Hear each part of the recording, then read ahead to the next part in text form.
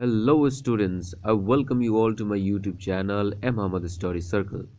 आज के इस वीडियो में हम लोग तोरू दत्त के द्वारा लिखे गए एक पोइम को पढ़ने वाले हैं जिसका टाइटल है अ sea of foliage.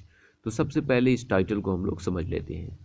C means होता है समुद्र और फॉलिएज का मतलब होता है वनस्पति, हरापन, हरियाली। तो कुल मिला के इस टाइटल का मतलब क्या हुआ कि एक बड़ा सा एरिया जहाँ पे वनस्पति, हरियाली, हरापन बहुत ज़्यादा मात्रा में है, क्योंकि सी जो होता है वो काफ़ी दूर दूर तक काफ़ी लंबाई चौड़ाई में फैला हुआ होता है ना। तो इसको हम लोग समझ सकते हैं हरियाली का एक समुद्र जैसा या वनस्पति का एक बड़ा सा फील्ड, एक मैदान। इसको लिखा गया है तोरू दत्त के द्वारा। तो सबसे पहले हम लोग तोरू दत्त के बारे में थोड़ा सा इन्फॉर्मेशन ले लेते हैं कि हमारी राइटर आखिर कौन थी और इन्होंने क्या क्या अचीव किया है। और उससे पहले मैं आप सबसे रिक्वेस्ट करना चाहूँगा कि अगर आप चैनल पे नए हैं तो आप चैनल को सब्सक्राइब कर लीजिए, बेल आइकन को प्रेस कर लीजिए, और आप वीडियो अगर पढ़ते समय अच्छा लगे तो लाइक का बटन ज़रूर प्रेस करना है, ठीक है। Toru Dutt has written both descriptive and narrative words. अब देखो, वर्ड्स कहने का मतलब लाइन होता है, पोएम होता है। तो तोरू दत्त ने दोनों तरह की पोएट्रीज लिखी हैं, डिस्क्रिप्टिव भी और नैरेटिव भी। But even her narrative poems has rich descriptions of nature. लेकिन उनके नैरेटिव पोएम्स में भी प्रकृति के बारे में अच्छा खासा वर्णन किया गया है, प्रकृति के बारे में बहुत जानकारी दी गई है। Much of her short life was spent in two spacious garden homes. अब देखो, उनकी लाइफ का जो ज़्यादातर पार्ट था उन्होंने दो ऐसे घरों में बिता दिया था जिसमें गार्डन जो है ना बहुत ज़्यादा मात्रा में थी। उनके घरों में बागीचे बहुत ज़्यादा थे। और वो जगह कौन कौन से जहाँ पे इन्होंने अपनी ज़िंदगी गुजारी थी? राम बागान एंड बागमोर। दो जगह का नाम दिया गया है, राम बागान और बागमोर, इन वेस्ट बंगाल। तो ये राम बागान और बागमोर कहाँ पड़ते हैं? वेस्ट बंगाल, जो कि भारत का एक स्टेट है। These gardens shaped her keen sense of observation and her response to color। और ये जो दोनों गार्डन्स हैं, इन्हीं गार्डन्स ने इनके ऑब्जर्वेशन को एक नई धार दी है, इनके सोचने विचारने और कलर के प्रति इनका जो रिस्पॉन्स था उसको और सुधार दिया, उसमें एक नया पैनापन ला दिया इस गार्डन ने, इन दोनों गार्डन में। A sea of foliage is a sonnet. ये जो पोएम हम पढ़ने जा रहे हैं, अ सी ऑफ फॉलिएज, वो क्या है? एक सोनेट है। और सोनेट हम लोग किसको कहते हैं? A poem with 14 lines. एक ऐसा पोएम, एक ऐसी कविता जो 14 लाइन की होती है, जिसमें ऊपर का लाइन 8 होता है और नीचे 6 लाइन। तो ऊपर ऑक्टेट होता है और नीचे सिक्सटेट होता है ना। ऊपर 8 लाइन्स होते हैं और नीचे 6 लाइन्स होते हैं। That describes Baugmaree. और ये जो सी ऑफ फॉलिएज है, ये किसको डिस्क्राइब करता है? बागमोर को बागमारी को डिस्क्राइब करता है, जो कि कहाँ पे है? वेस्ट बंगाल में है। तो चलो हम लोग इसके पहले ऑक्टेट को पढ़ते हैं लोग, फिर उसके बाद सिक्सटेट को पढ़ेंगे लोग। पहले ये 8 लाइन का मतलब हम लोग समझ लेते हैं। इसका फर्स्ट लाइन देखो, a sea of foliage girds our garden round. देखो, गर्ड्स का मतलब होता है सराउंड कर लेना, घेर लेना। तो a sea of foliage girds our garden round. तो कहने का मतलब हरियाली के एक समुद्र ने, मतलब हरियाली ने, हरापन ने हमारे गार्डन, हमारे बागीचे को चारों तरफ से घेरा हुआ है, घेर रखा है, घेर लिया है।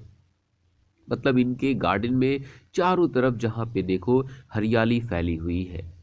But not a sea of dull unvaried green. लेकिन ये जो हरियाली है उसमें सिर्फ एक ही कलर, सिर्फ ग्रीन ही नहीं है, उसमें अलग अलग तरह के रंग है। अब देखो, यहाँ पे अनवैरिड कहने का मतलब क्या होगा? आपके बुक में दिया है विदाउट चेंज। कोई भी चीज़ जो अनवैरिड रहता है उसमें परिवर्तन नहीं होता, द सेम, वो हमेशा एक जैसा रहता है। लेकिन इनका जो गार्डन है, इनके गार्डन में जो ग्रीनरी है, जो हरियाली है, वो एक जैसा नहीं है।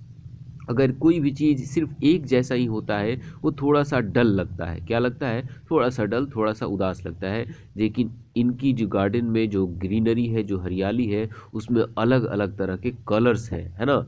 अब देखो यहाँ पे क्या बताया गया थर्ड लाइन में, sharp contrast of all of all colours here are seen. अब देखो शार्प और कंट्रास्ट, कंट्रास्ट का मतलब होता है विरोधाभास, एक चीज़ के जो अपोजिट होता है उसी को हम लोग कॉन्ट्रास्ट कहते हैं। तो यहाँ पे कह रहा है कि sharp contrast of all colours, जितने भी तरह के कलर्स होते हैं उन सब का अपोजिट कलर भी यहाँ पे देखा जा सकता है। यहाँ पे तोरू दत्त बताती है कि मेरे गार्डन बागमारी में सिर्फ एक ही कलर ग्रीन नहीं है, यहाँ पे जितने भी कलर्स होते हैं वो भी देखे जा सकते हैं और उनके अपोजिट कलर्स भी देखे जा सकते हैं, है ना। अब फोर्थ लाइन को देखते हैं। The light green graceful tamarinds abound, abound का मतलब होता है प्रचुर मात्रा में होना, बहुत ज़्यादा मात्रा में होना।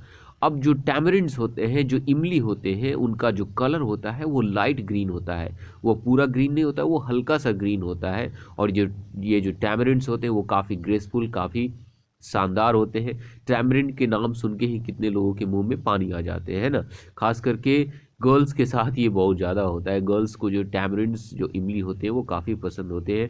If there is any girls who is watching this video, वो can write this thing in the comment section. अगर कोई गर्ल देख रहा है और इस बात से अग्री करता है तो आप कमेंट सेक्शन में लिख सकती हो, ठीक है ना। यहाँ पे तोरू दत्त कह रही है कि मेरे गार्डन में टैमरिंड्स भी बहुत ज़्यादा मात्रा में है जिनका कलर क्या है, लाइट ग्रीन है। तो देखो ग्रीन भी हो गया और लाइट ग्रीन भी हो गया, तो दो डिफरेंट कलर्स की यहीं पे बात हो गई है। अब यहाँ पे हम लोग देखते हैं फिफ्थ लाइन में। फिफ्थ लाइन में बताया गया है amid the mango clumps of green profound. Clumps कहने का मतलब गुच्छा, झुंड होता है, और ग्रीन प्रोफाउंड कहने का मतलब कोई ऐसा चीज़ जहाँ पे ग्रीन कलर बहुत ज़्यादा मात्रा में होता है। तो कहने का मतलब आम के पेड़ और उनके पत्ते जो ग्रीन कलर के होते हैं, उनमें आम के जो गुच्छे, आम के जो झुंड लगे हुए हैं, उनके बीच क्या हो रहा है, उनके बीच एंड पाम्स अराइज, तो आम के पेड़ों के बीच जो ताड़ के पेड़ हैं वो खड़े हुए हैं, ताड़ के पेड़ लगे हुए हैं, लाइक पिलर्स ग्रे। और ये जो ताड़ के पेड़ है ना, ये पिलर्स की तरह दिखते हैं, एक पाया की तरह, एक पिलर्स की तरह दिखते हैं।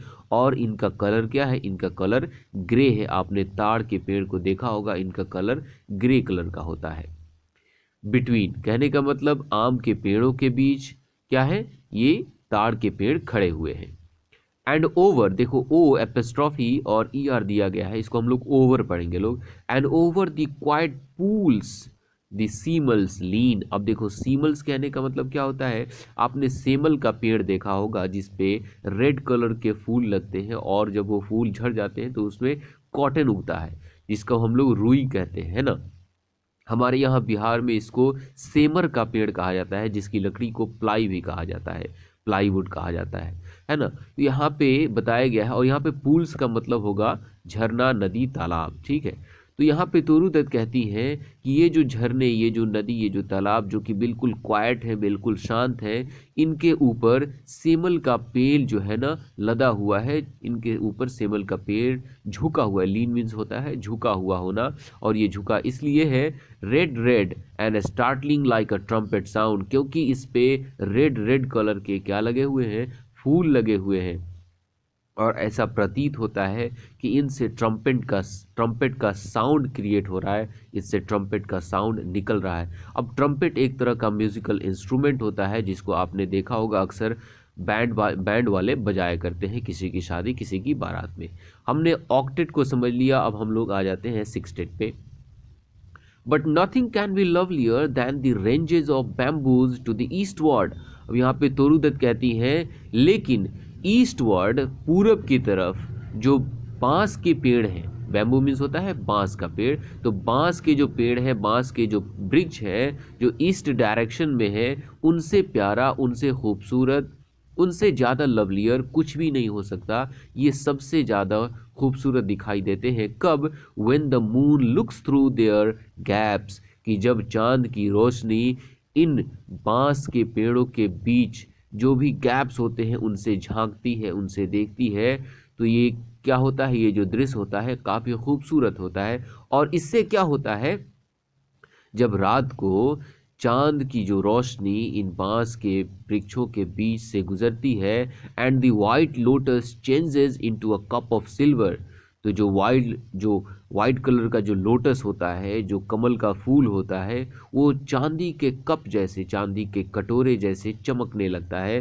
वो उसमें कन्वर्ट हो जाता है। वो ऐसा नहीं लगता कि एक सिर्फ कमल का फूल है।